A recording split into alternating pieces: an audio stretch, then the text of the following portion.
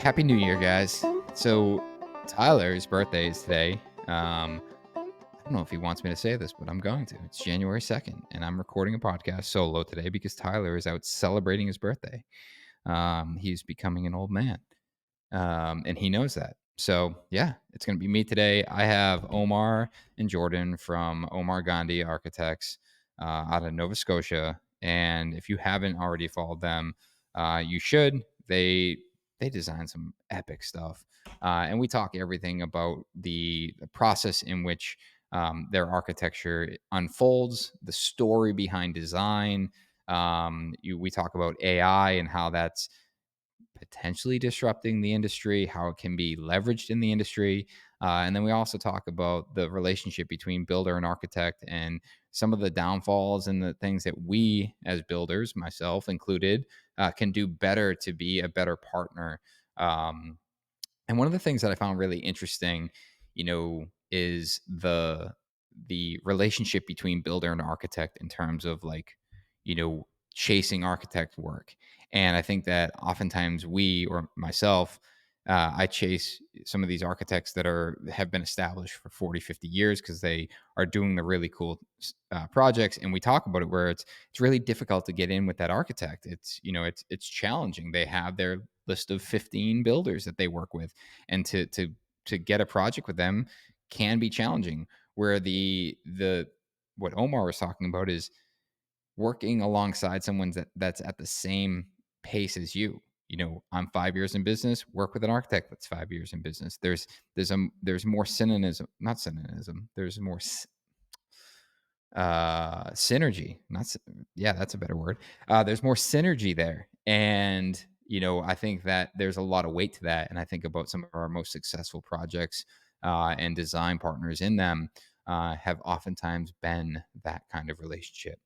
Hey, but before we get into this podcast, just a shout out to our sponsors. Thanks to Andersen Windows. Andersen's goal is to craft something that lasts, something that stands the test of time. And they've been crafting that legacy for 120 years, making quality products for craftsmen and women like us and like our listeners. So, whatever it is you want to be known for, Andersen can help you achieve it.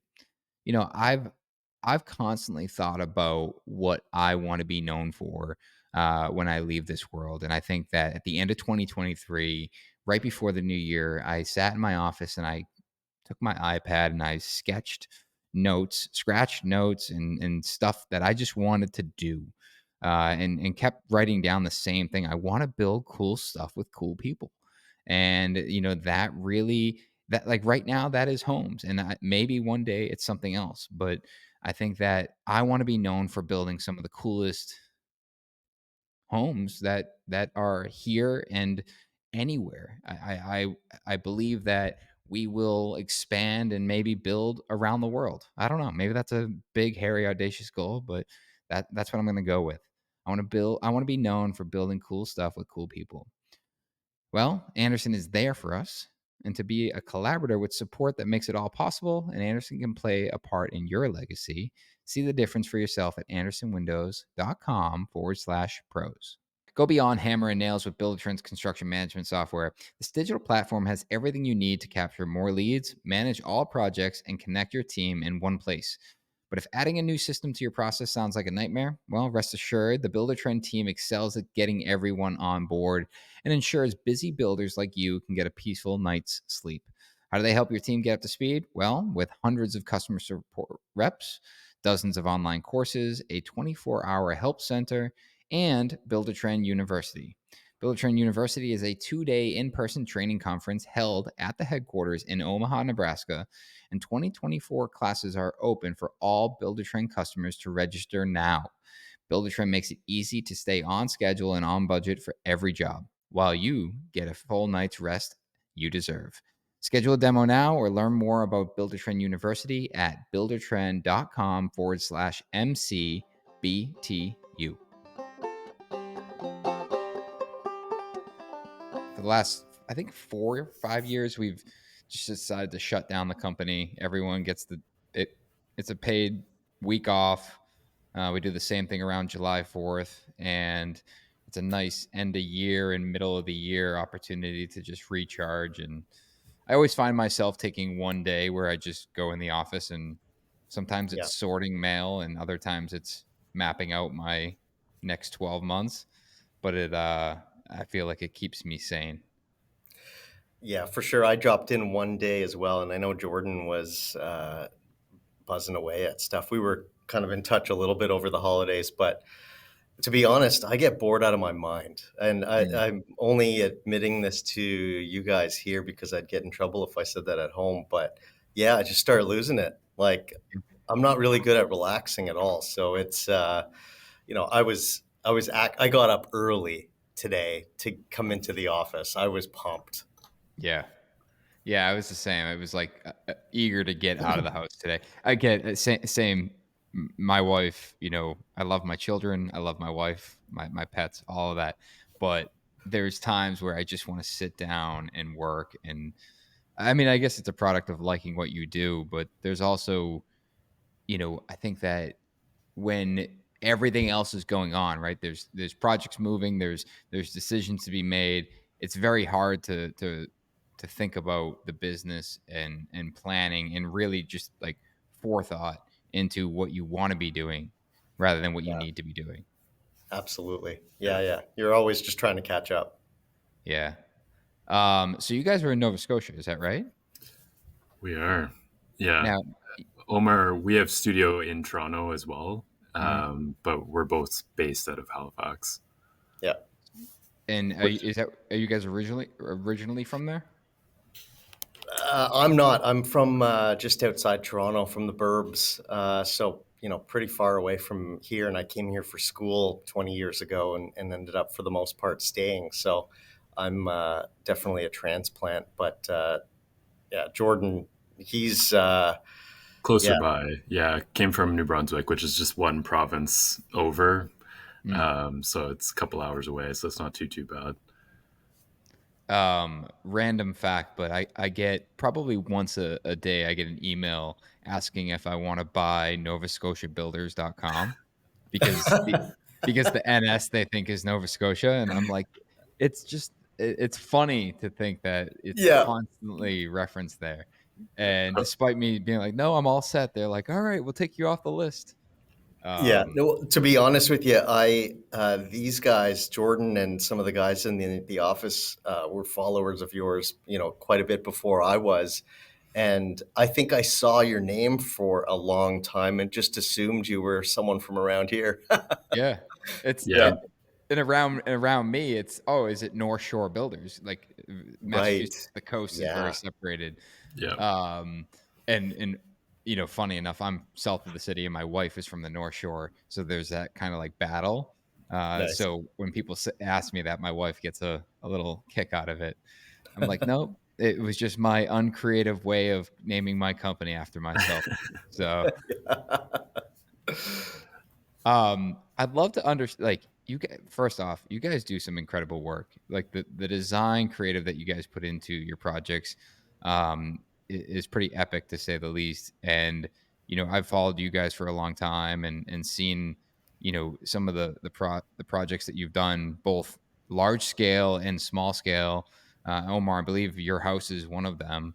Yeah, Just really creative use of materials and shape, and for me, and me personally, I'm really a lover of modern design, but modern design in a way that really celebrates materials, yeah, and is like modern materialistic, versus the contemporary, what minimalist that my empty office is currently.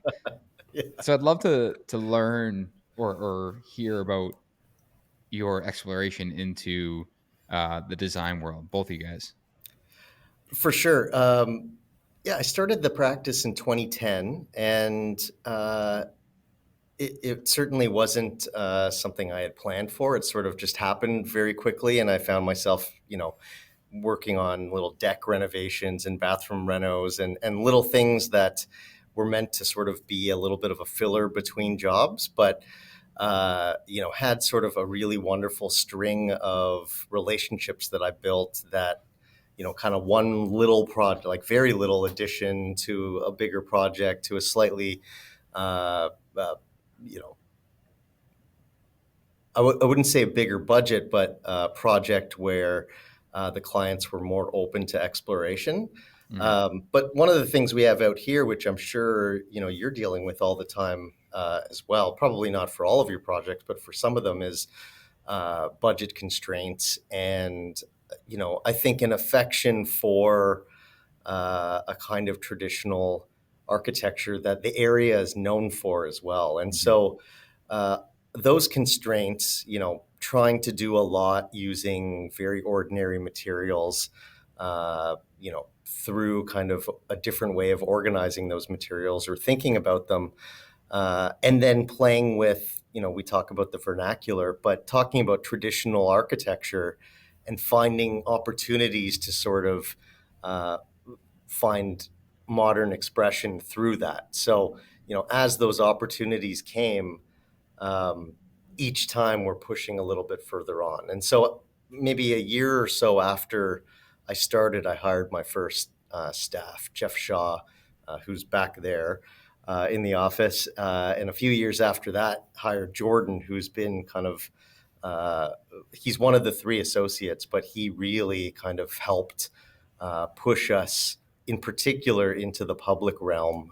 So projects like Peggy's Cove and the Art Gallery of Nova Scotia, Mm. and a variety of those things, along as well as houses. If not for Jordan, we wouldn't be working on those things. So it seems like a pretty seamless kind of transition into larger projects, but um, the methodology and the way that we think about it is still very similar. Yeah, Jordan. When Omar says that, you had a big part in bringing the public sector into your design, or to your firm. What was that like for you? Was that something that you brought to the table because of experience, or? Yeah, I would say so. Like, certainly, I obviously I said I was born in New Brunswick, and my dad was a contractor, so I grew up on Mm. job sites, sweeping floors at 14, kind of thing, and then progressing to contractor. So, kind of jumped through some of the early hoops, I think, that a lot of architects have when they start apprenticeship and doing their internship. I kind of had already experienced and seen a lot of those things. So early in my career, I was able to jump onto bigger projects and kind of explore those ideas and how to resolve them and work on bigger budgets, just because I had that background that allowed me to move faster early on. And I did a tour of I worked in Europe for a little bit. I worked out west, Western Canada, for a period of time. So I had a good background of experience in kind of larger scale projects. And then when I decided to come back to Halifax, I was working for another firm that allowed me to develop a lot of connections with the universities here that do the bigger buildings. And Omar was actually my mentor at that time, through kind of our architectural licensing. So that's where we kind of met. And then when the timing was right, I eventually migrated over. So knew a lot about Omar's his kind of mentality and approach to buildings, the storytelling, obviously, that we're doing. So I finally was then able to pair kind of that background and experience of working at these other firms on bigger projects to the kind of storytelling narrative that Mm. we do so well here, which was really nice. On your website, you have that project, the Pier 8, and I Mhm. assume that is a rendering on that website. Is that right? Yeah, it's a rendering, and that was it was actually pretty amazing because we got sort of asked to join in on that project through one of our kind of mentor firms that is really established in Canada, KPMB, Mm. and we were kind of picked along with a few other, I would say, on the younger side firms that were I guess making their mark in the country, and so Hmm. it ended up being a pretty amazing collective of people who were exploring their own ideas within kind of the idea of a development Hmm. uh, in an industrial site. And, I think it allowed each voice to kind of have its own expression, like unique to their own firm. So we were able to kind of push it as far as we were able to. So my question on that, looking at private projects, Omar, you talk about doing decks and then Yeah. small remodels. I think that's a really relatable, you know, career path for a lot of people, even in my industry. And to Yeah. hear it from the architect and the design side, it's really fun. But then you look at something like Pier 8, which Hmm. is massive, even compared to some of the other projects on your portfolio. When what is, how does that translate from, looking at a 3,000 square foot single family home to what is, hundreds of thousands of square feet of development? How are you approaching that? Is it similar? Is it different? Are you, is that something that you want to be doing, or was it kind of a one-off opportunity to explore that? Yeah, it was I think anytime you get asked to do something like that, on a team with people you really respect, there was that kind of aspect of it, right? But Yeah. then I think within that, there was also a sort of built-in, I don't want to say competition, but certainly everyone wanted to bring the heat, in Mhm. particular, the heat of their own kind of studio's voice to the development. And so I would say that, it's different, obviously, in terms of the overall scale and the amount of reproduction that happens over the scale of a development. But it still sort of starts with, those first lines on paper and imagining someone in the space, the way you enter the building, the way you see it as you're kind of turning the corner, the way you feel in that main lobby area, and the way that you experience it kind of throughout the year, day to day, in a kind of climate and landscape that's always evolving. So I would say that we think about it in the same way, um, which I don't know if it's a benefit or a detriment to it, but I think it's just the only way that we sort of work. So there's kind of a fine tooth, um, to the design that I think is relatable to the kind of residential stuff that we do. But on the flip side, when we're doing things like retail or Mhm. a restaurant, we're also thinking about it at the scale of, one person's experience. Mhm. And so it always kind of starts from that scale, regardless of how much or how many times it's repeated over. So I don't know if there's anything else you want to add to that, Jordan. Yeah, well, I mean, at the end of the day, you're always just trying to choreograph an experience Mhm. because, as Omar mentioned, like, especially around here, the budgets are so tight that you don't get to just kind of all glass everywheres or do things like that. You really need to be critical about the way you approach the project. So there's this idea of denying a view, revealing a view, and those things can scale up at kind of any level to a certain extent. So other than it just moves from one person to 10 people to 15 people, and it's just really important just to kind of walk yourself through those different levels of experience each time and kind of what are the essential pieces that are needed to craft that experience. So you don't need everything to do that. You don't need to explore a bunch of different materials. It's often just kind of what's that key? Is it about the light? Is it about the Mhm. noise? Is it about the air that brushes over your skin as you walk in and you get this kind of like chills as you walk into a different space, and those are relatable to everyone, and those are what people remember about spaces is kind of what it made them feel more so than the actual finishes or materials that were chosen in a space. So it's the same technique. You just gonna need to scale it up, and then obviously pay attention to a little bit more about accessibility issues and things like that. So Yeah, I think what's interesting, and you guys keep talking about like crafting the experience.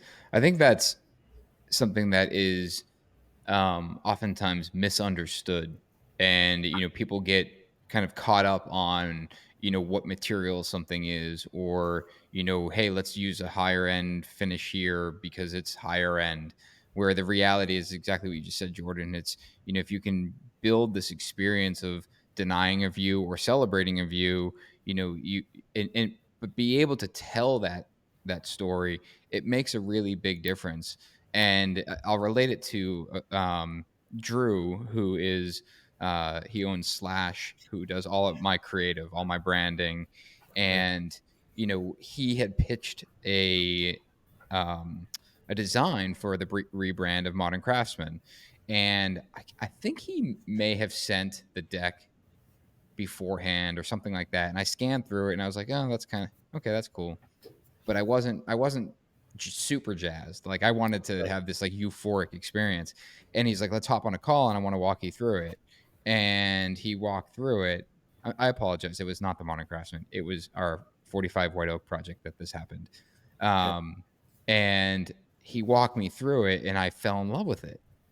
And I was like, now I get it. Now I understand how he got to this color and how he got Right. to this and what it meant. And I remember in that moment feeling as though this is the important like this is why it's so important to have the story and be able to communicate the story. Yeah. And you're relating it to architecture. You can relate it to literally anything. When you think about content on social media, it's like you can post a photo, great. If you post a photo with a really great caption that changes your entire perspective on what you're looking at, even better. And I think, you mentioned a couple minutes ago that, where you guys are, budgets aren't, super big. I don't know what that means. That could be, any amount of money, right? Um, but I had a similar conversation with an architect a couple months ago that one of the first things they talked about, very creative, very contemporary and modern homes that they built and designed. But they talked about that they were able to throttle the same design down to a tighter budget or upwards. And they had these key moments within the design criteria that they would make sure that they paid attention to. And they've been in business for 40 plus years and had tracked this to a point where they knew the things to pull on. But it's just so interesting because you look at your portfolio and nothing is I would say considered standard or run of the mill or just your average home. It's you know beautifully designed and everything to me and to most people would be like that's expensive. Right. And Yeah. so like with that being said, because I've faced this, how do you combat that when someone does look at your portfolio and wants to work with you but immediately thinks that this is too expensive for me? Yeah, and I think that that's something that we're always sort of battling. But at the same time, it's important for people to understand the cost of things that we Mhm. don't necessarily control at all up front. Because, and I'm sure that you experience this all the time.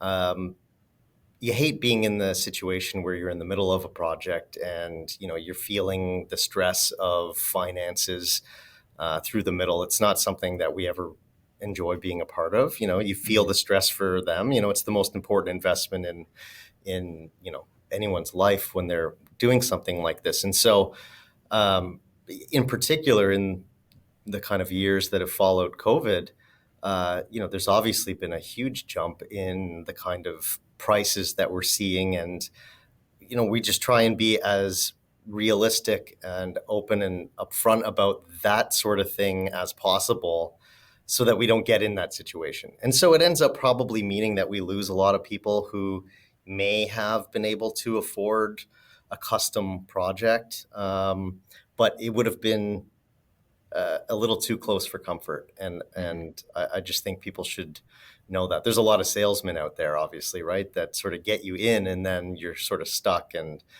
that sort of stuff. But I would say more so than myself, my background was in the arts and certainly didn't, my father wasn't a carpenter or anything like that, but Jordan and Jeff Shaw here in the office, who definitely have grown up in that kind of family, um, where, they were banging nails, at an early age as well with their grandparents and dads or whatever.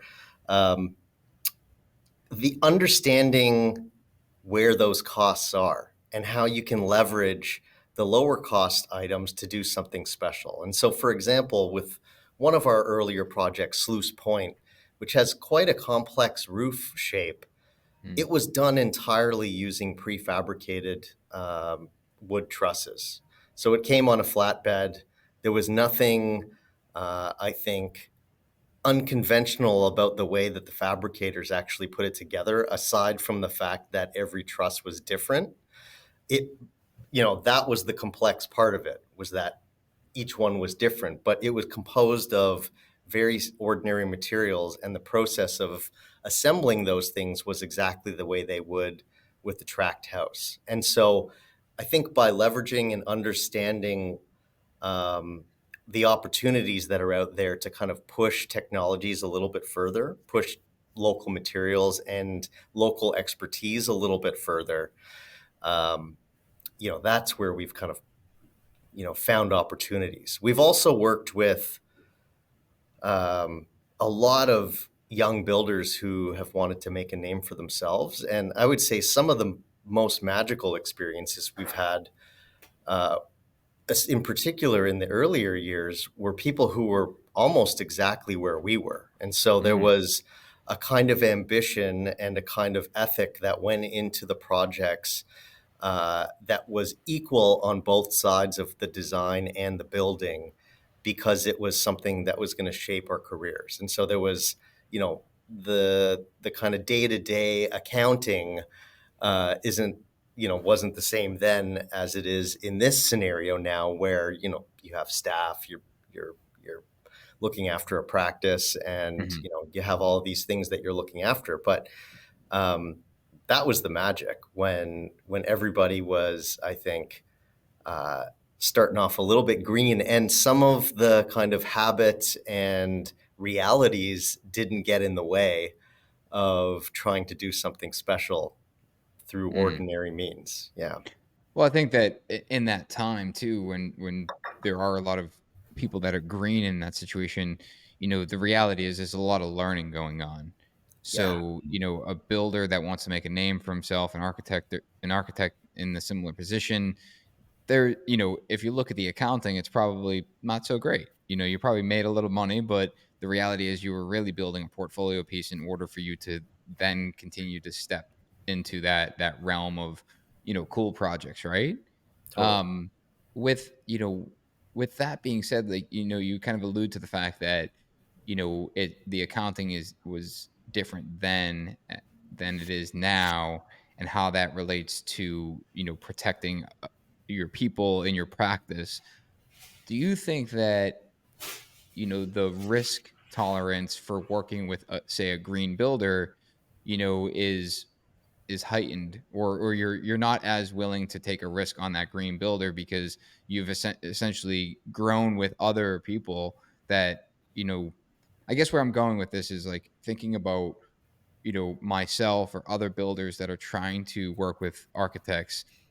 I generally have a similar situation or a similar um success rate with younger architects, where Yeah. they're also up and coming, and we're pushing the boundaries, and it's fun because we're both willing to do so.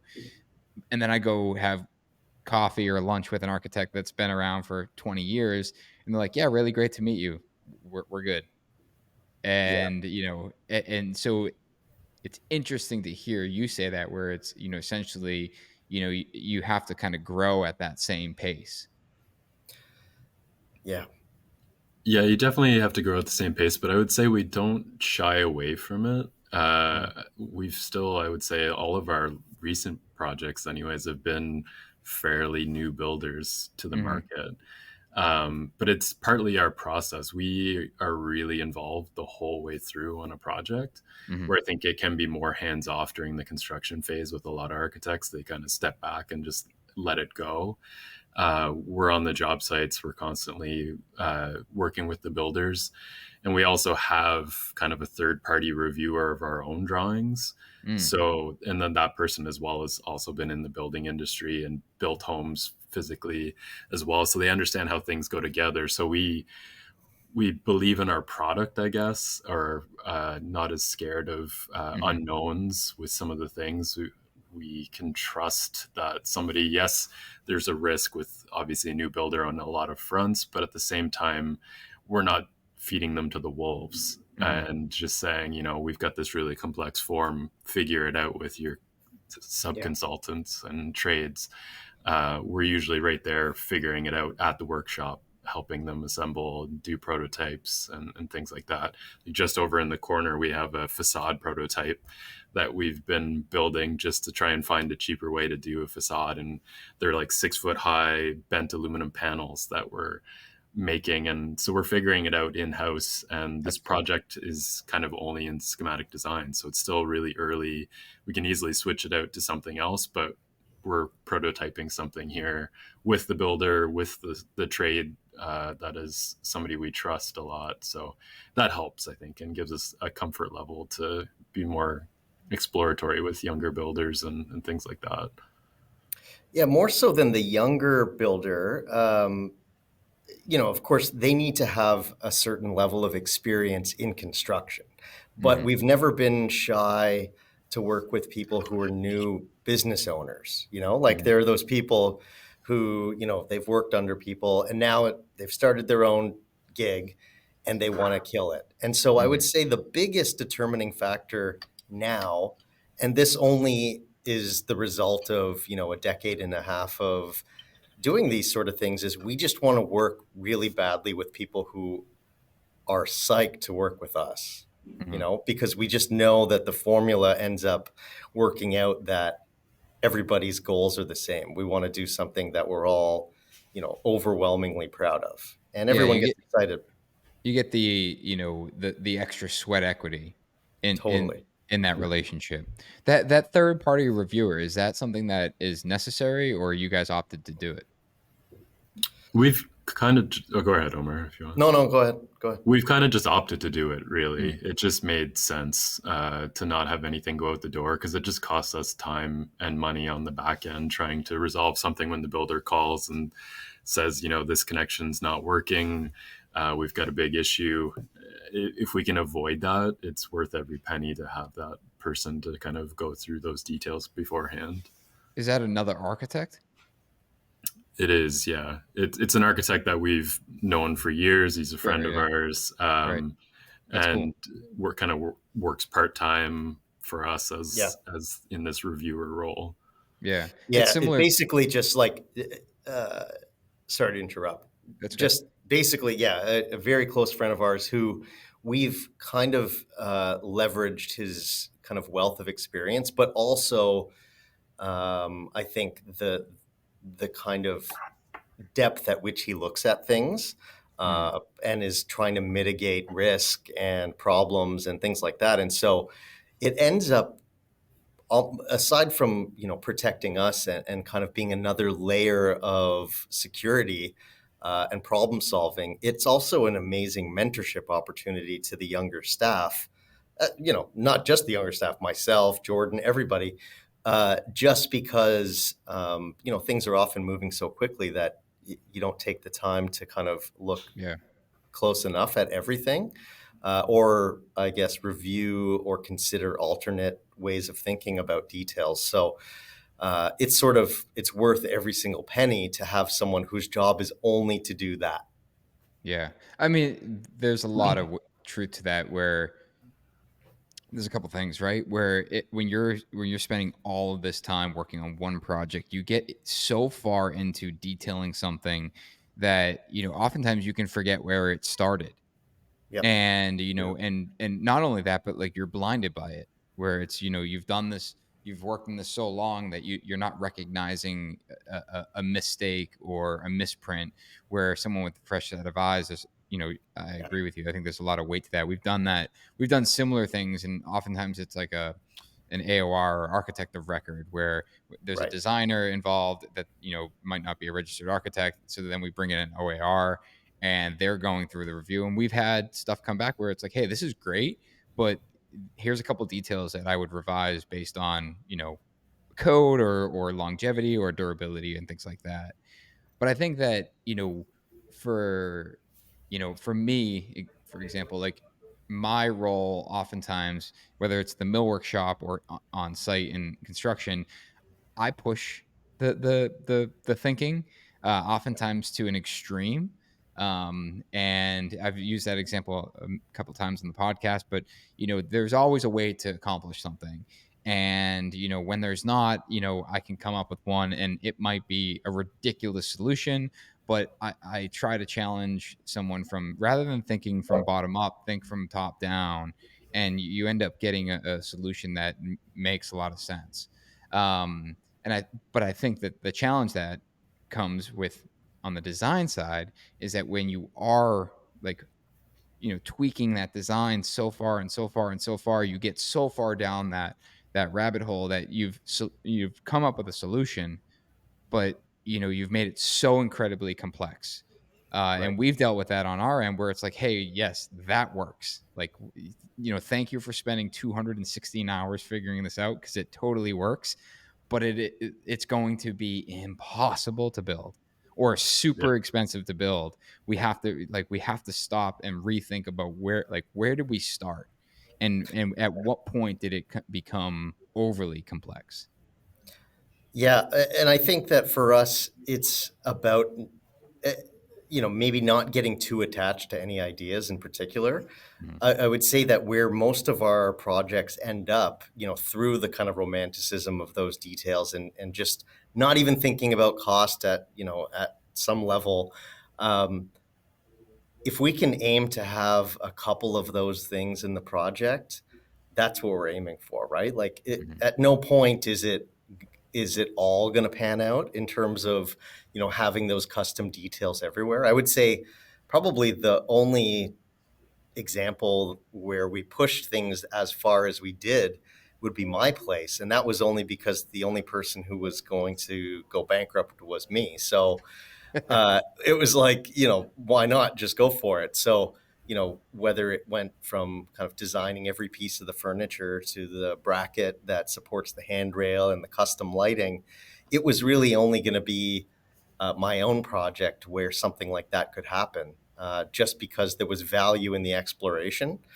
Mhm. Um, and I think by producing some of these things, it uh, allows for an easier sell on future projects. So, with each project that we end up working on, we're trying to kind of, uh, I would say, secure a few of those moments where we can really kind of push it to a crazy level. But it's Mm. almost greedy for us to think that the whole thing is going to be like that.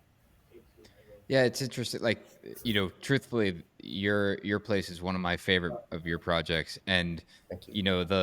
the facade on the face of it.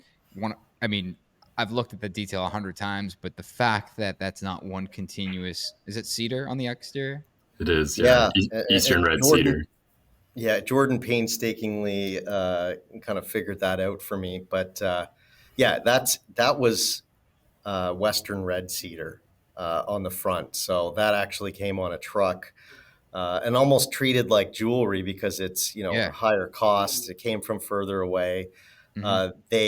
It came in massive pieces that were milled, um, for the most part, right on the ground level of my house. Hmm. So it was like, there was nothing finished on the inside yet, but they were just ripping away at it. And remember, there was some crazy tools that they were using, Jordan.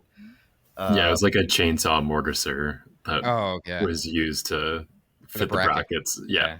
Well, yeah. I mean, that detail specifically. So those that are listening and not looking at it, you know, i- if you go to Omar Gun, is it Gandhi? Is that how you Gandhi. pronounce it? Yeah. Yep. Gandhi.com, OG hyphen house.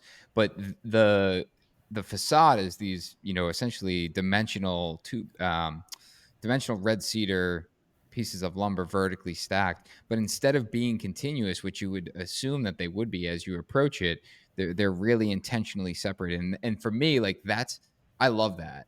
And we had a meeting with my team 2 weeks ago, and we're trying to blanket statement that no two dissimilar materials should ever touch. And Right. let's just make that a standard. Like, let's make that a rule. There's no cock joint. If we have to revert to a cock joint, that would be our second option. But let's make, Right. like, and we're not designers, so at the end of the day, like, we do only have so much play.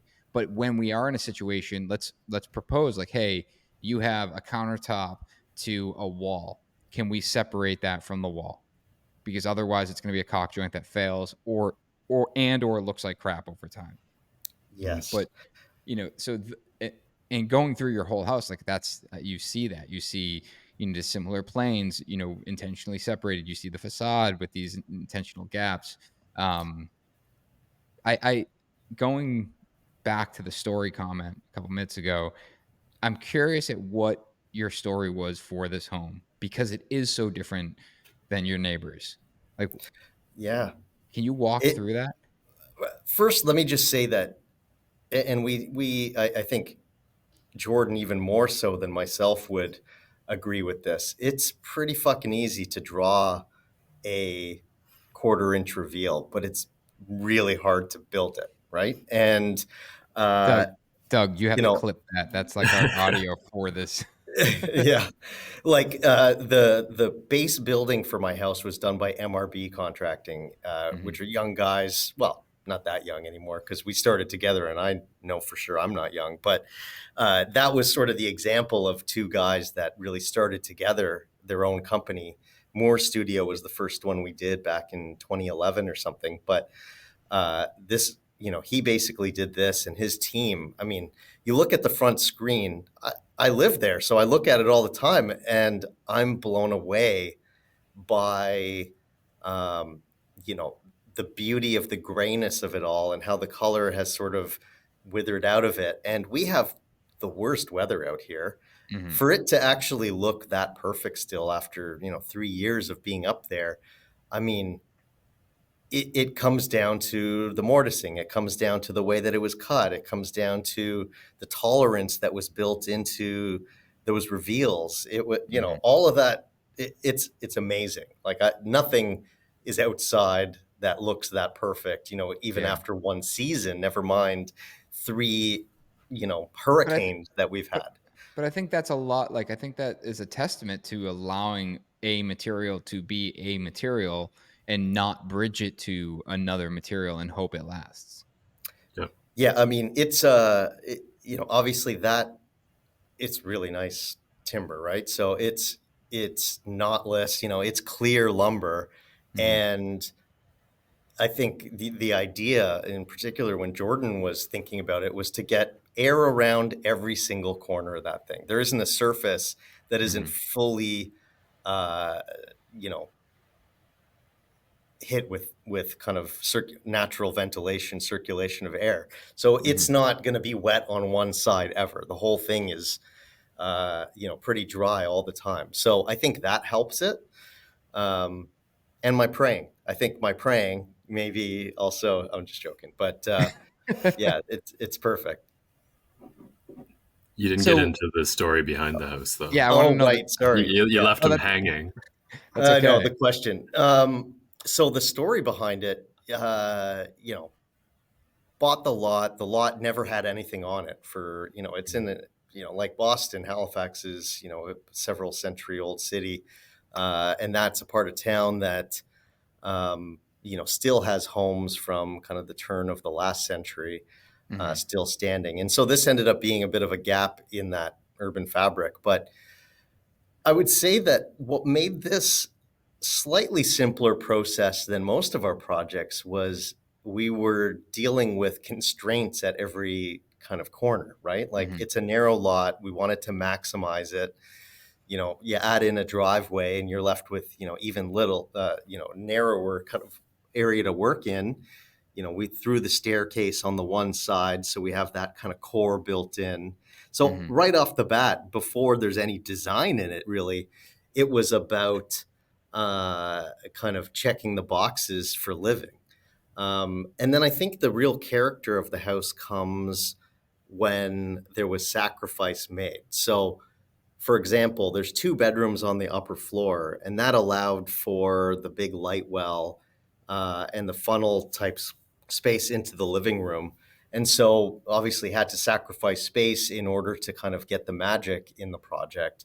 Mhm. Um, in addition to that, I think in terms of the materials, especially on the outside, we wanted to use the most kind of ordinary materials you could find. So we used a buff brick, which, you know, is certainly not used for any government buildings or any buildings of prominence in the area, but Mhm. actually more for, you know, the dilapidated, you know, school building that's down there that needs Right. like an enormous amount of work. So although it's really weird, and there's no doubt that, you know, people stop and look at it when their eyes focus and they see, oh, this is a really unusual thing.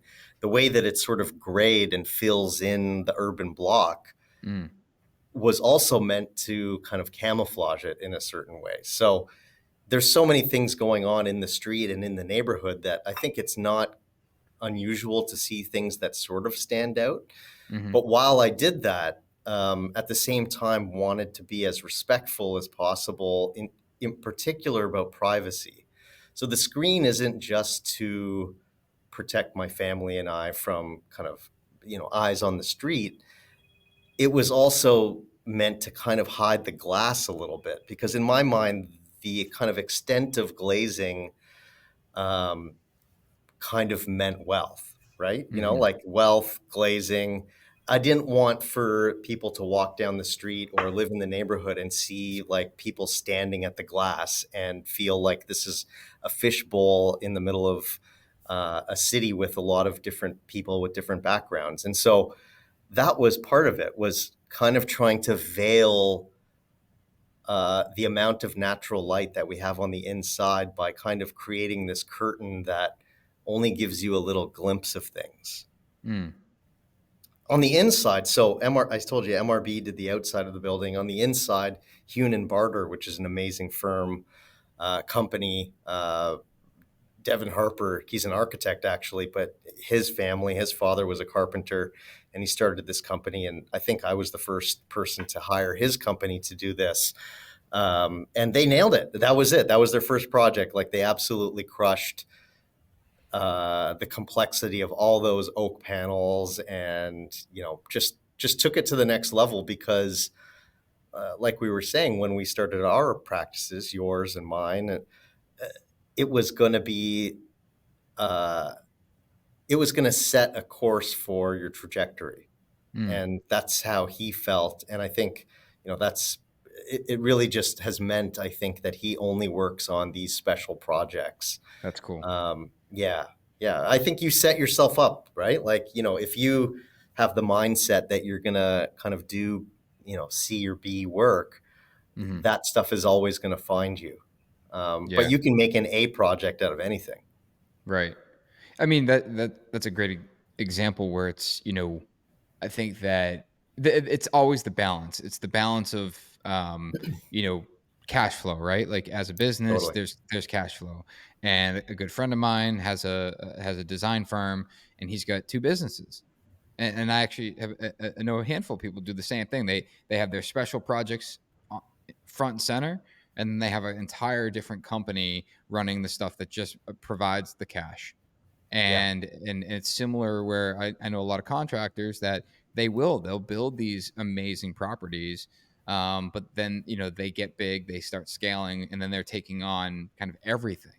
And truthfully, we've been there as well, where it's like, yeah, I'm not highlighting every single project we're working on, because Yeah. I don't, like, at one point I was, because frankly I needed content and I wanted to market ourselves. Of But course. as soon as I'm able to focus on what's going to allow us to build the next thing that we want to build, then I Yeah. have to pull focus off of the B project, the C project. They're great projects, and Yeah. I'm incredibly grateful to be working on them. But if it's the A project that I'm chasing, then that's really where your focus needs to go in terms of what you're marketing. Absolutely. To ask a very point blank question, the oak paneling in there, did you do a study to see if it was what the cost difference would be if you had drywalled it? Uh, we didn't on that, only because, you know, It was never an option. well, it would have changed everything, right? Like I think that Jordan's like, nope. No, no, no. we didn't, only because like you would find out exactly what you don't want to know, Yeah. right? Which is It's that like, oh, it's it's like 4 times as much money. Yeah. it's crazy. But I think though, and Jordan would attest to this as well, like the compromise was that the majority of the bedroom level is drywall. Yeah. So Smart. it's sort of like, okay, it ended up, I think design wise, the intent, I think, Jordan, was that it was all going to read as this kind of wood thing. But, at the end, it sort of became, where is the value? Like value, not in terms necessarily of money, but in terms of, uh, where is it going to bring the most in terms of experience? Yeah, Well, I well, like, mean, oh, go ahead. no, go ahead, Doesn't Jordan. matter. Like the upper floors with the bedrooms, like it didn't need anything more than drywall and white Right. paint. But the warmth that gets reflected off that skylight in the back, like it would be hard to replicate in any other materials. So in some Mhm. ways, it was like this is the experience and the quality of life that you want. There is this kind of warm glow, and we had to kind of go for it, and then just kind of be as economical as we could with the chosen material to a certain extent. Well, I think it's smart too, where we talk about the story in the beginning, right? Selling the design story. Now you're talking about the home is complete, and the story of it is told through, say, photographs on your website. So when I look at it, the whole house is oak plywood paneling. And I Right. don't Yeah. I don't know any different. And for the majority of people that come over, they probably feel the same way.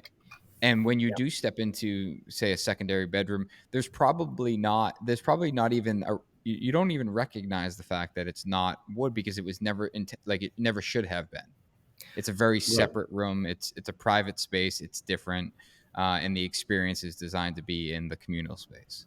Well, and crazy enough, Devon and Hunan Barter, I mean, they took that to a certainly a tolerance that we had never kind of ventured down before. I'm pretty sure, Jordan, it was 1/8 reveals, It was, either yeah. eighth. Mm. Yeah. So like ridiculous, like kind of a crazy sort of challenge.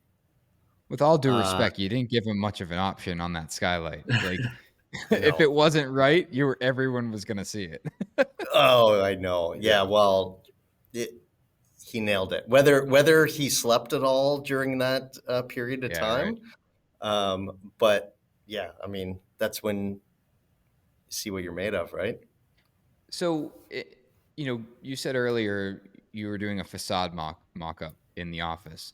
Is this, when you're thinking about material studies, I assume that this is probably one that you spent a fair amount of time researching and understanding the most cost-effective way to net the best result. What were some of the things that you were considering? Obviously you wanted to net a finished oak paneling wall, but in doing so, what were some of the things that you needed to consider, and how did you end up with the product that you ended up with You mean for the house? You mean for the house? Yeah, for my house? yeah. Yeah, I think the materials that we picked came from a few things. It came from local sort of inspiration at a certain Mhm. level, right? Like I wanted it to present itself in kind of an air of really beautifully, thoughtfully crafted, ordinary materials, Mhm. like just kind of the things you see around the neighborhood. So I think we also thought a lot about tonal. So, a kind of warmth through the white oak, through kind of the, small bronze details,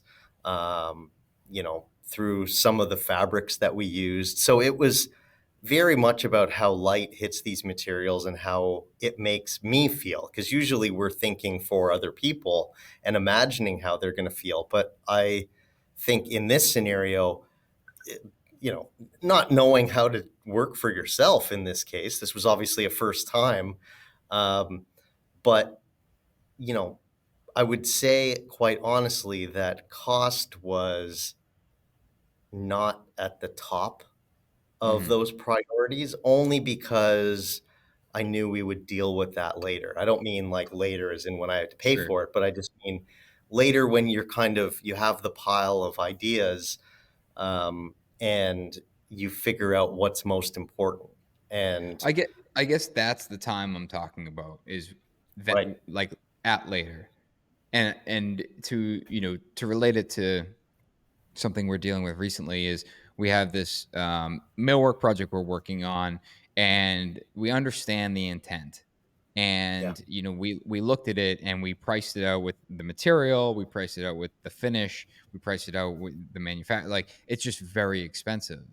right, And to the point where we spoke internally, and we're like, they might they might not move forward with this. right, And the one of the initial reactions is like, well, then they have to do something else. It's like, well, that's the easy that's the easy way out, right? Like, they just end up painting a piece of MDF and we move on. How do we accomplish this for the price point that they want? It's like, well, it can't be done. It's like, but can it? Do we just not know that there's a product that allows us to do it? And I guess that's where, like, that's what I'm most interested in. Where, for example, Shinoki is a manufacturer that I actually don't have any experience with. They don't sponsor the podcast, nothing. I ended up grabbing a sample booklet, and they have these beautiful pre-finished, really high-end luxury wood panels that they will ship to you, and you can they sell the matching edge banding, and you can manufacture beautiful cabinetry with it, and you completely remove all of your finish costs, and we ended up with the product that was identical. It was right. just accomplished in a much different way. And obviously, here in your home, you have the scale of, whether you're buying this, whether you're buying material and finishing it yourself, or buying it from a manufacturer. They would probably finish it for you. I assume that they did. No, no, That was finished on site.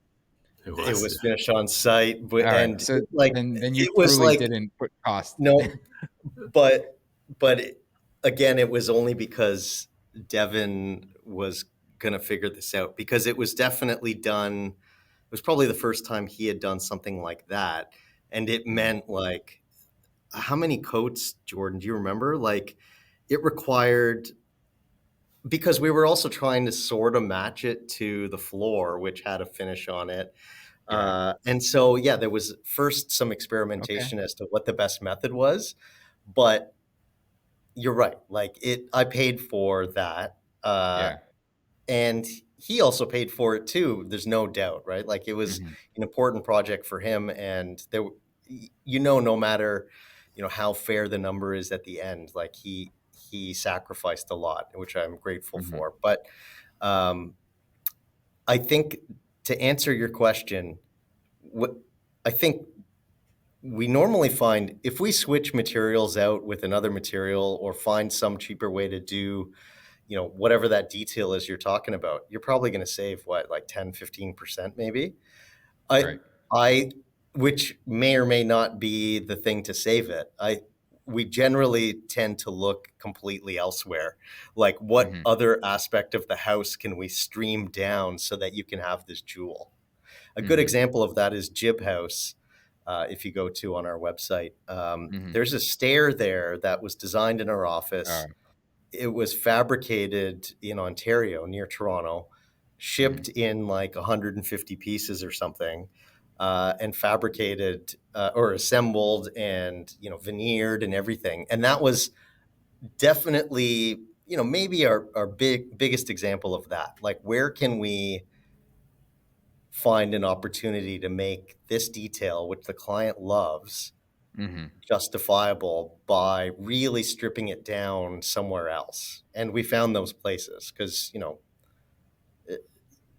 you don't the whole house is not of equal value, right? In terms of your experience, in Sure. terms of your day to day, and in terms of the way that guests appreciate it as well. Right. I mean, yeah. that home is beautiful, and that staircase is. I mean, that I remember seeing that years ago, and it's pretty special. Yeah, to the extent that, like, I would say on our typical residential projects, we definitely are doing more of what you were talking about, like finding alternate materials that have a similar quality, because we're often just looking for a textural quality or something that is going to bounce light in a certain way, and so there is a variety for that. For Omar's place, it was more, how can we make things do multiple tasks at Mm-hmm. once? Like the ceiling above the wood paneling is all where all the mechanical equipment is. So Mm-hmm. if that was a drywall ceiling, it would have been littered with access panels. And yes, we would have done the mud in flanges and things like that. But we've had trouble with those cracking quite often around. They're hard to get down. Mm-hmm. So in some ways, yes, we used plywood panel and it's more expensive, but we were able to build better access hatches that were safe to open, easy to access, because it was the plywood a screw would hold. Mm-hmm. And you would have thrown a lot of money at the like drywall mud in details as well. So it's trying to balance that as best we can. Like, how can we leverage that a little bit? That's not a great example to your question, but No, that's the but extent that occurred there, kind of thing.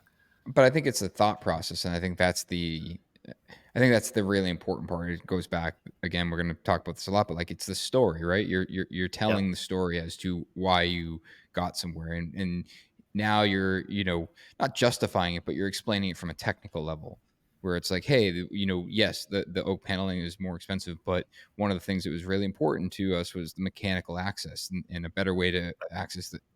So there's thought there, and ultimately sure. You said earlier there's a lot of salespeople out there, and there is, but that's part of what we're doing here. There's, totally. the vast majority of people don't care about this stuff, and will Hmm. never work with an architect, and will live in a home that is built on production and be totally fine with it. But Yep, when someone's working with an architect, there is this level of appreciation, and and it's our job, or your job as a designer and our job as a builder, to be able to understand what the intent is and be able to navigate that, and work collaboratively. If that staircase is the number one priority, then sure, that gets highlighted as a cell and locked, and we never touch that number. That's a $300,000 staircase, and we're not touching it from there. It's probably more. But the but what else can we look at? And and the example of using the secondary bedrooms is like, we're going through that on our white oak project. you know hmm, that's a, a very expensive project. There's a lot of expensive materials in there. The kitchen's going to be very expensive. But when you get into the secondary bedrooms, yeah, they're all designed to be consistent with the rest of the house. But we might peel back the finishes in them, because totally. they don't matter as much. That's not Yeah. where you're experiencing the home. You're experiencing the home in every, in different parts. So Yeah.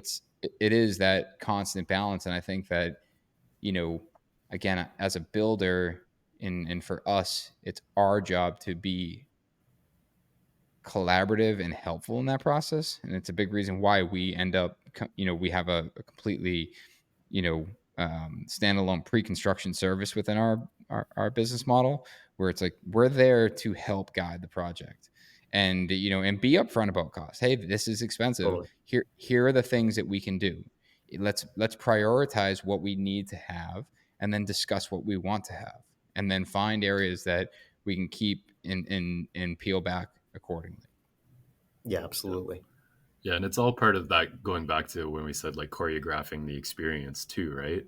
If you're pulling people through a building in a certain way and leading them to the big moment or to a special Hmm. place, people turn a blind eye to a lot of things. Like one of our other projects that we just completed in the before Christmas, or before the holidays, is you're brought in and there's a garage on the left, there's a gym on the left, but the whole experience pulls you to the right. And Hmm. so even though those spaces exist, they're kind of behind doors and they're in another world and they are of a different quality, and you're guided through the project in brought to the right always, and then the reveal occurs there, and then there's another series of spaces that are on kind of your backside when you're in that space, but you're not paying attention to those. You're looking out because this is the area where the glass is that's framing the view, and the series of doors that are flush drywall behind you lead to something else, and it's a Hmm. different quality, it's a step down, but it doesn't matter because it's not part of that major choreography of experiencing the space. In terms of, when you are working with a client that wants to design a home of this stature, you know, where does that conversation begin for you guys? You're obvious, like every story is going to be different. People Mhm. are going to prioritize, different things. Obviously they're going to be working with you because they're drawn to your aesthetic. But what is that? How does that start? Yeah, I think that it starts uh, in a different way each time, right? And I think some people are organized and they bring ideas to the table right off the bat. So, most of the I would say the vast majority of the projects we've ever done, it was their first time working with an architect, and so it was something that Mhm. was really special and probably a little bit intimidating to kind of start that process. So, I would say that the most important thing for us is to take the time um, to get to know one another, right? To, Mm. to kind of have those conversations so that you can get past the, how many bedrooms you want and, the kind of countertop in the kitchen, but to kind of get to know someone at another level and figure out what the priorities are in terms of, their the family's needs and wants, right? What's important to them about the property. We always, no matter where it is, we spend a lot of time on site. Mhm.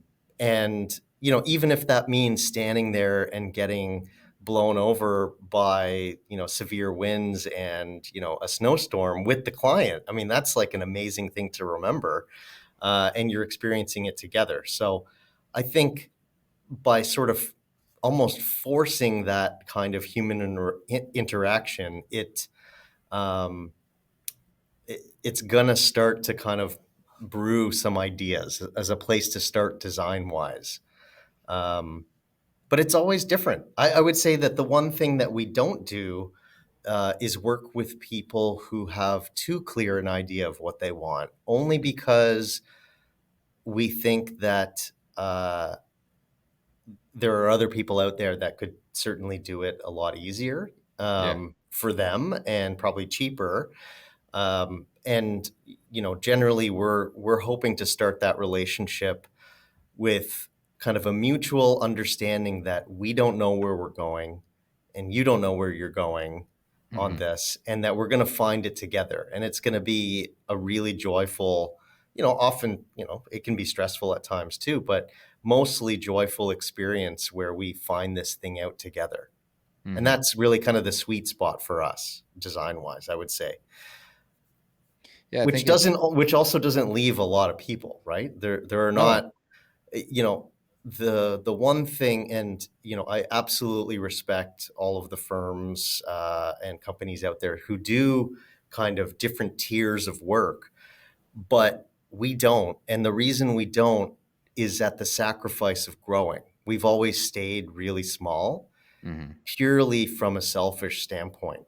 Mhm. Um, I I just think that we're constantly looking for um, that that kind of energy and excitement, and it's hard to kind of work your way through projects sometimes, I think, without that. So we're always looking for that high, and I think that Mhm. high always starts with the client and their openness and ambitions.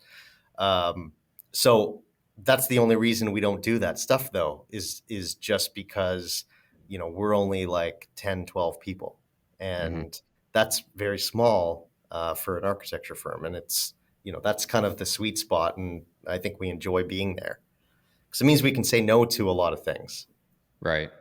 I think it's, it is interesting, you say some people come to you with a very clear direction, or they'll just be like, "Hey, I like this house. I just want it on my property."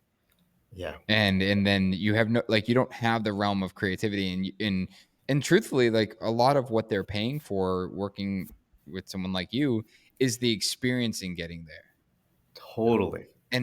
There's a probably the majority of the population does not care about that experience. They just want the home to show up. Exactly. And that's Absolutely. okay. And I think that, myself, like, I'm a romantic when it comes to that, where I want everyone to appreciate that process. Yeah. And I've been known to push it, where thankfully I have a team behind me now that says, "Nick, enough. Like, you're trying to convince this client to do something that they don't want to do. You Yeah, want that's right. you want to build them a cool house. Guess what? They want a mediocre house. So Yeah. stop trying to take something mediocre and make it cool, and let's focus on someone that does." Yeah. But that's the reality. And I think that, it must feel good for you and your team to be in a position where you are approached by people that, do want to be creative and kind of let your creativity just realm free. Yeah, and I think that I didn't understand it at the beginning only because we had done so little to prove ourselves, and so I think that came from whatever interactions we had. But that Mm, was kind of, to me, the kind of magic that I can't explain in my career, that at some point a few people trusted blindly, it felt like. mhm, And now that there's a lot that people can point to, um, it's probably easier for people to say, we like these end results and we can't wait to see where our project kind of ends up. mhm, Um, so there's a lot of trust, but it also, I think, means that we work with people who are at a point in their life where that journey is really meaningful, mm. whatever that is. Like, it's just an exciting family thing that they're doing, and I think that that's sort of the case, right? Would you say, Jordan? Yeah, I agree.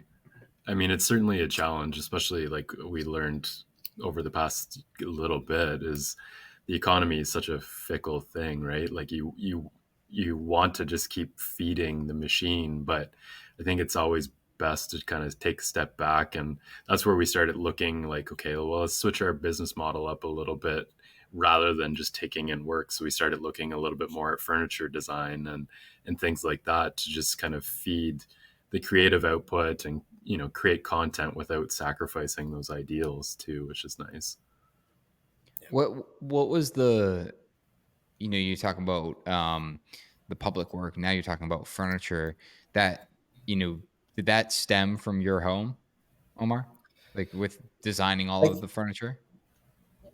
It did, but it existed, I think, in all of us. So I think we're all interested in different things. Like, Jeff owns a little company that he runs after work, making cafe racers, and basically puts together motorcycles. So he has a little shop in his backyard, and he's kind of constantly enthralled in the craft of making things. And Jordan is always doing things, and I'm interested in a lot of things as well. So I think it's just, yeah, it's chasing that high, the Mm, high of design and creativity, and pushing kind of the boundaries of what we explore. And I think a lot of the firms that we've always really respected are the ones that are constantly looking at different avenues for creative output. And mhm, I think also that means that you're not so self-absorbed in your own brand, or um, any sort of past successes you may have had. I think it's just about design. And mhm, people, with each thing that you do, in particular when it's always different, there's always going to be people who like things and people who like it less. And that matters so much less, I think, than uh, the way it feels to be in the studio with your peers, and we just get to jam every day and we laugh and we're throwing out like ridiculous prototypes and things that end up going to the next level and get integrated in a project. But at the end of the day, I think my studio in particular is like ridiculously about fun. Like, mhm, we love design. And so never really understood the kind of mode of work where um, there's an enormous amount of repetition, kind of churning out sort of similar things all the time. Um, Well, I yeah, think maybe that it's just about kind of avoiding boredom too. well, I think the repetition. I mean, we don't have to go down the huge rabbit hole of AI, but I think AI will Yeah. continue to remove these repetitive tasks to the point where a good friend of mine invests a tremendous amount of time in researching construction software. Yeah. So he's always sending me the latest and greatest. And at one point, either I shared or he shared a software that essentially you would go in there and you'd make a couple inputs and it would, you would have this 3D model of a home. And let's just call it looks like a very normal home, gable roof. You could probably pick what roof. And you could literally take your mouse and drag it and click and say, add a front porch, make this a 3-car garage. And you could manipulate it right on your laptop. And once you were done, you could say print plans and it would develop a full set of construction documents. Now, granted, they're probably 100 pages long, but to it's enough where a builder could take that, understand the intent, and go build. Mm. And that's all Right. done by a computer. Yeah. And I Yeah. think that, as we see that continue to develop, I know I'm going to get messages about what I just said. I do not remember the name of the software, so please don't ask me. If I find it, I will share it. But that's, I think, where we are going to continue to build even more value in the creative process, where it's like, yes, there is like you can certainly use AI to breed creativity. 30 by 40. I'm not sure if you follow him, an Yep. architect firm in, I think, is he off the coast of Maine? Maybe. I think I so. think, Yeah. Something but like he that. he did a YouTube video about using AI to generate a home design in the middle of this field. I think it was like a black modern home, and I'm like, this is really cool, but it's also pretty scary because Yeah. it was, it's like, man, that's actually a really fun house, and if you just stopped right there and just gave me the construction drawings, like, that'd be a fun project to do. Um, so there's that argument where it's like, no, AI can create, build creativity, but not the process, not the story, No. not the journey and going through that. The journey becomes a 30-second prompt, spitting out an image that, at some point, yes, you'll be able to print out a 200-page, drawing set for, and it would be permit approved, and you're off to the races. But you're not going to get that same journey as you would working with directly with a firm. Yeah, that's right.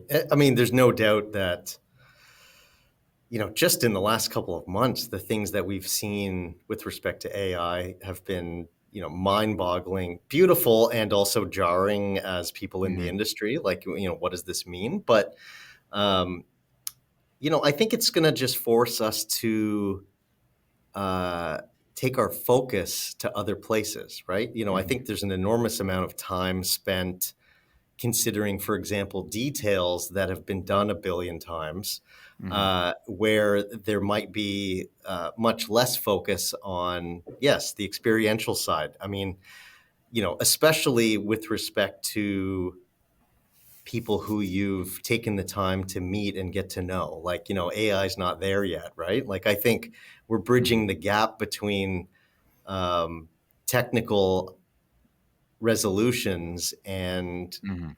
human needs and wants. And so, you know it'll be hard to replace the experience, right, Yeah. of that sort of thing. And you see automation, 3D printing, all these sort of things that I'm sure are way further down the road, I think, for people in the kind of construction industry. But it's also there as well, right? And so how can you leverage those things? I think the people who are really at risk are the ones that want to pretend that it's not knocking on all of our doors. You Mhm. need to use the strength of those tools for sure. Yeah, I mean, I think that, the saying constraint breeds creativity. And when something else is going when something replaces your job, such as AI, that's a constraint. And now what creative output can you can you put into it? I think you're right. I think that it's going to force you to focus on other things. It's interesting, and it's a very difficult thing to answer because it's so unknown. Um, and I think about There's one that Ben Uyeda has shared a couple times, and the name escapes me, but it's a kitchen renovation app essentially. And the same thing. You input, your dimensions of your room. Is there a window? Et cetera, and then it will literally spit out 150 different, kitchen setups, and it will. I think it goes all the way through the process of giving you like rough pricing and enough to go and get a builder to price it. And again, it's like that's really cool. 150 like if I were to sit in my kitchen and think about how I'd renovate my kitchen, I'd probably come up with 4 ways, not 150 different options. And Yeah, at yeah, 150, it's like, well, hey, I can pick one of these and feel great about it. Um, but again, I think that this is where it's going. Like, this is where kind of what you said is the people that are going to have the hardest time are the people that are going to try to ignore the fact that this isn't a thing. yeah, Yeah. yeah, for sure. Or compete directly with it. Right. Somebody isn't going to come up, like you said, isn't going to come up with 150 options. So if you're trying to out compete it, Right. you're going to lose at the It's end like, of the day. yeah, I don't need to come up with 150. The one option I come up with is going to be better than all of them. It's like fair, totally fair. Like you might have the best solution compared to that. But the problem is like what's the value there? Like beyond like now I'm comparing 150 to your one. It's like there's no value to that. Now I'm wasting my time. Yeah. Yeah. It's interesting. What else in terms of technology and the architecture field? What else are you paying attention to? In terms of how your firm and how your industry will change over the next decade. I mean, pricing has already started a complete shift. The Yeah. massive change that we've seen in the past few years is it's a different approach to projects now, and it's a different pool of people even that can afford things now to come in to talk Hmm. to us in the first place. So uh, that's a big shift, and that's not even technology related, but it is driving some technical solutions. We're starting to look a lot more at prefab. We're starting to or panelized solutions to help Hmm. kind of bridge that gap in terms of labor costs and labor availability as well. Like you guys suffer from it as much as we do in Canada, the shortage of skilled trades. So there's certainly a lot on that front that we're looking at. I recently just went to London where I was looking at kind of prefab towers, even where they were building huge buildings, just like almost like sea cans Yeah. stacked together around a core just to speed up that process. And again, reduce the amount of labor needed to assemble the project. So I think that's something that we're tapped into maybe the most right now because it has been affecting a lot of projects, and a lot of work that we've been doing has been teetering because of budgetary reasons. So kind of exploring some of those things. And I know you've talked about some of those things in the past on the podcast and stuff. Hmm. It's hard to find that right balance of what makes sense. And then, material innovations are kind of always forefront, but we still tend to revert back to natural, true, and tested materials. Hmm. Just makes a lot of sense around here to not be importing things. Like our Peggy's Cove project was a case in point where it was just like, we need stuff that any carpenter can go to a local hardware store, pick up the piece essentially, and come back and repair this structure. Hmm. Otherwise, if it's something that always has to be shipped in from another country that's manufacturing this, it's just going to go into disrepair. And so you need that like kind of local knowledge and local buy-in. So that hasn't shifted as much. And then in the office, we're experimenting obviously with 3D printing and doing a lot of things like that just to help visualize things a little bit better and help with the storytelling more than anything. because not everybody's as good at visualizing these things. So if we can 3D print, if we can do these mock-ups that help walk a client through and tell that story, so then it's kind of sells the project to them. It's worth exploring. Renderings are one of those things that we use all the time, and that's constantly evolving. The other thing, I think material-wise, and I'm sure you're dealing with this, especially in your rural projects, is really considering materials that are fire resistant. Certainly with the increase in forest fires, we're dealing with it around here as well. I mean, and I think that was kind of unheard of not too long ago. So, climate change is certainly forcing us to reevaluate some of those materials that we've always used and people have always used, because you're buying minutes really in terms of protecting your family and all that sort of stuff. So we have been using quite a bit of exterior steel and cement board and different types of insulation, and I think really kind of trying to push that a little bit further. Yeah, and I think, oh, sorry. The other component of that too is we teach. So Omar has previously taught at a couple different universities. I teach at Dalhousie, which is a local university here, the architecture program. It just allows you to stay on top of a lot of these technological and software innovations, because the students, are the first ones to try and find that edge or advantage, and are super competitive at that level. So you can kind of tap into that as well and help feed that information loop back to us. Sorry for interrupting you there. No, it's okay. I think that resiliency is definitely something that needs to be a priority. I think that especially as we're talking about these homes just getting more and more expensive to build, is that we need to be considering building for a much longer period of time, and not be so expendable. A lot of these homes, and that's a really frustrating thing for me. Is I see a lot of these projects go up, a lot of developers in affluent areas, and they're building these homes, and they're beautiful, or they're cool looking, but you know I've said it before, I watch projects go up, and 6 months later they have a boom lift parked out front because the facade failed.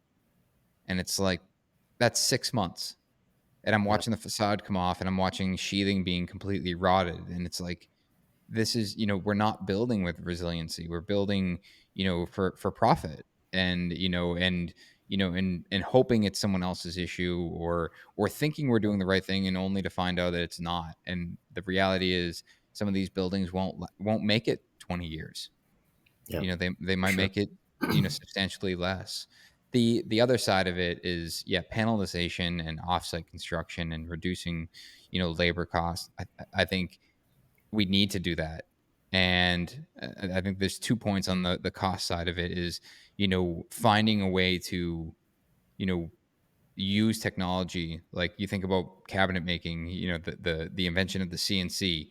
CNCs are, at this point, they're automatically feeding plywood and cutting plywood and sending out those parts, and automatic edge banding, and simplifying so much of the process that you're reducing the labor it takes.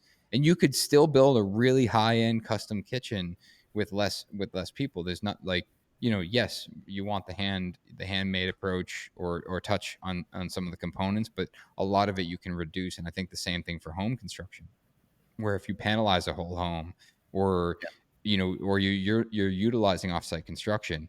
If you were to offsite build everything in the home, and you're simply assembling it on site, think about how much time you could reduce your time on site by 50+%. And Yeah. there's so many, just general condition line items alone, there's so many factors to cost savings there. um the I think the other thing is, if someone were in this space and wanted to really be a value add to, say, you guys or any architect, I think that you know database pricing is enormously valuable. And I think that oftentimes it's very loosely done. And I think that oftentimes you're getting, like, for you guys, right, you're designing a project, you're building a project, and then you're getting the cost when it's all complete. That cost is 5 years old. three to Yeah. 5 years old. So when you go to sell the clients, like, oh, that house, yeah, it was $700 a square foot. If that house was $700 a square foot in 2020, today it's $1,100. Yeah. And the unfortunate part is you communicate 700, I come in, I price it, I'm at 1,100, I look like an asshole. Yeah. But that's like no fault of anyone's. It's just the fact that pricing is constantly changing. And I think that for us, when we think about the way we put together this pre-construction process and the way we're tracking this, is that we do ultimately want to be a resource for pricing beyond just what we're building, and be a resource for contractors where it's like, hey, we have enough data that we've been tracking it close enough where it's, hey, we can communicate what this is going to cost based on today's pricing. Right. And I think because frankly, I think the one issue I have, and I'm generalizing you guys, with a lot of architects, is that when they go to price shop or price bid, we got invited to bid a really special project. We decided to go in on it. We found out in the middle of it that they were pricing it with 6 builders, Oh, and very much against our process, but it was a special enough project where we felt as though like this was worth it. And we did the math, and it was hundreds of thousands of dollars worth of the all of our time that was being spent on pricing the same exact project. yeah. And fast forward, we had vetted the project, we had asked all the right questions, and we submitted our proposal, and we got a message saying that, hey, the client has decided that they'd like to meet you on this date, but they're prepared to move forward with the lowest bidder. And I kindly replied and said, with all due respect, please remove us from the big consideration, because we're not interested in working with someone like that. Yeah. And it sucked. And I was like, and we look and it's like, man, there goes, tens of thousands of dollars worth of time and just, effort that went into that for nothing. Not to mention the 5 other builders that are all going to either walk away or not get the job. And I Well, think I that think the people who really suffer in this scenario, and they sort of made their bed, is the client, because in the end that 100%. low builder is going to absolutely come back at them, and that number means nothing. I mean, I feel like half of the decisions we make in the office and have been making for the last 15 years is our own stress mitigation, right? Mhm. And the biggest cause of that is unexpected financial twists and turns that happen and really throw people off. And, it's stressful for us Mhm. because you hate to see people dealing with that. And so we always discourage any kind of tender process or bidding. Mhm. Like anytime we can, we kind of say no. And we always have people pick their builder right from SD. And that's not to say that they go with someone we've recommended, because we never do that. We're always very clear that, we've worked with a lot of great people. We bring people to the table for you to have a conversation with and interview and reach out to their contacts, as well as anyone else they can think of. But at the end of the day, you need to pick someone who has a great reputation. Clients have really enjoyed working with them. Even if the price wasn't exactly what they said, they did the best they could to kind of find resolution in those cases. And, that's who you want to work with. The number, it means nothing. It means Yeah. absolutely nothing. Well, I think the client, I think, also suffers when they are pricing it with, multiple bidders, that it, they just don't get it. Most of those guys aren't going to put together a fair number. No. They're either going to spend little time on it, or they're gonna try to be super competitive to get the job, and they're gonna end up in a position where they underbid it, but they have the opportunity to reprice it, and then they're just gonna be. It's not a fair process, and especially when you're doing it with 6 builders. Like every Yeah. trade we talk to, it's like, oh yeah, you're the 4th person that called us for this, and Yeah. it's like, hey, Yeah. with like, don't do any more work. Just put my name on your proposal and send it to me. So we got to a point where we just called all the trades and found out who was pricing it for everyone else, Yeah. because it's like, let's just be apples to apples here. The Yeah. only thing, like, at the end of the day, the only thing we'll be different on is our general conditions, the way we supervise the job, and our fee.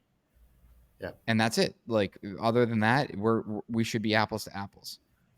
Yeah. And, after we walked away, I actually called two of the builders that I know priced it, and sure enough, like, we were within 3% of each other.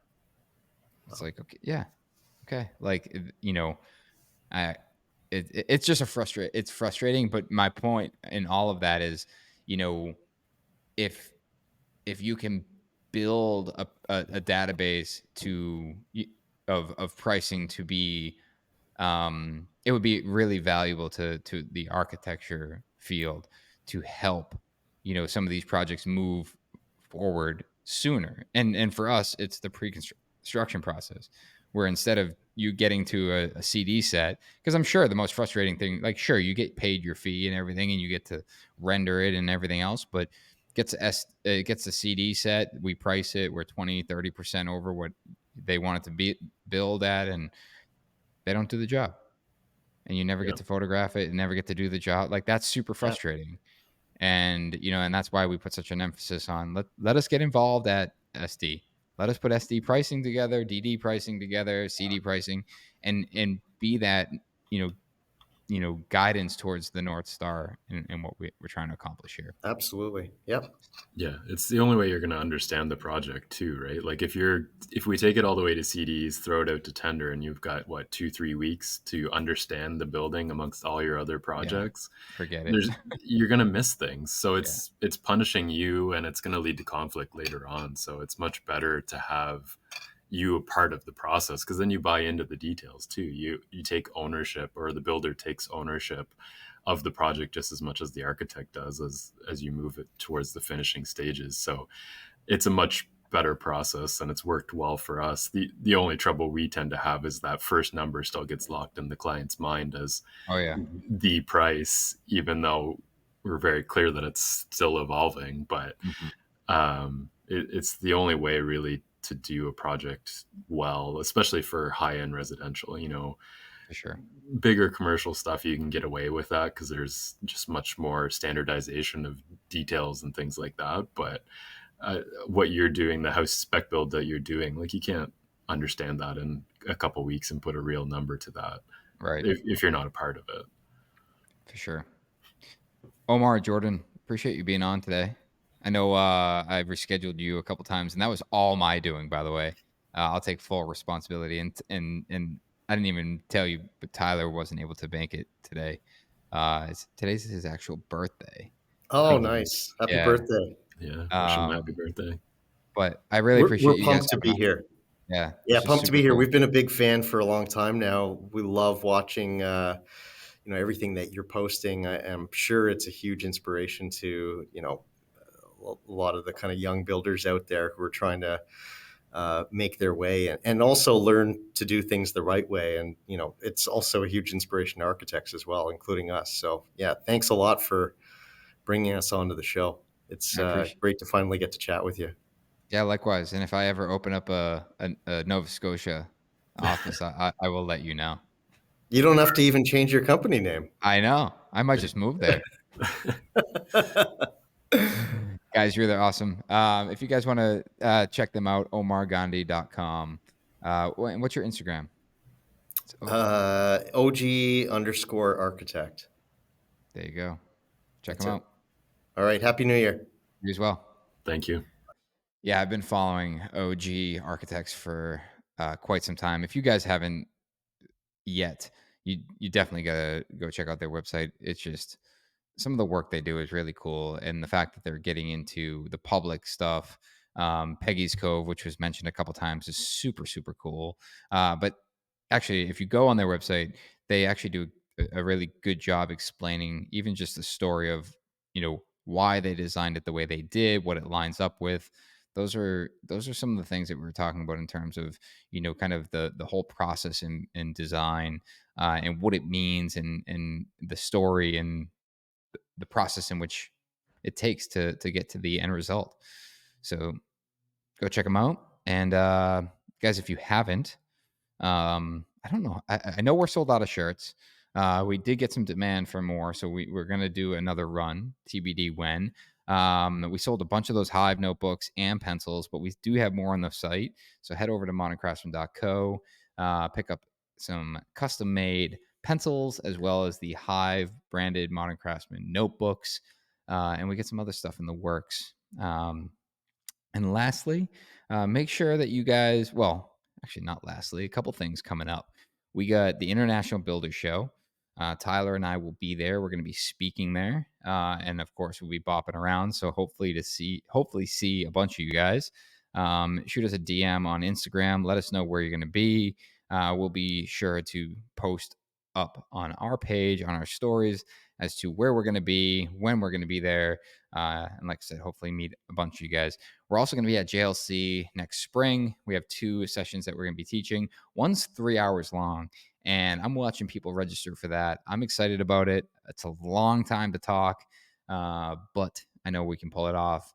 And lastly, going back to Vegas just for a moment, Contractor Coalition Summit, who I've partnered with Brad from AFT and Morgan from Construction to Style. We're hosting a meetup on Monday night.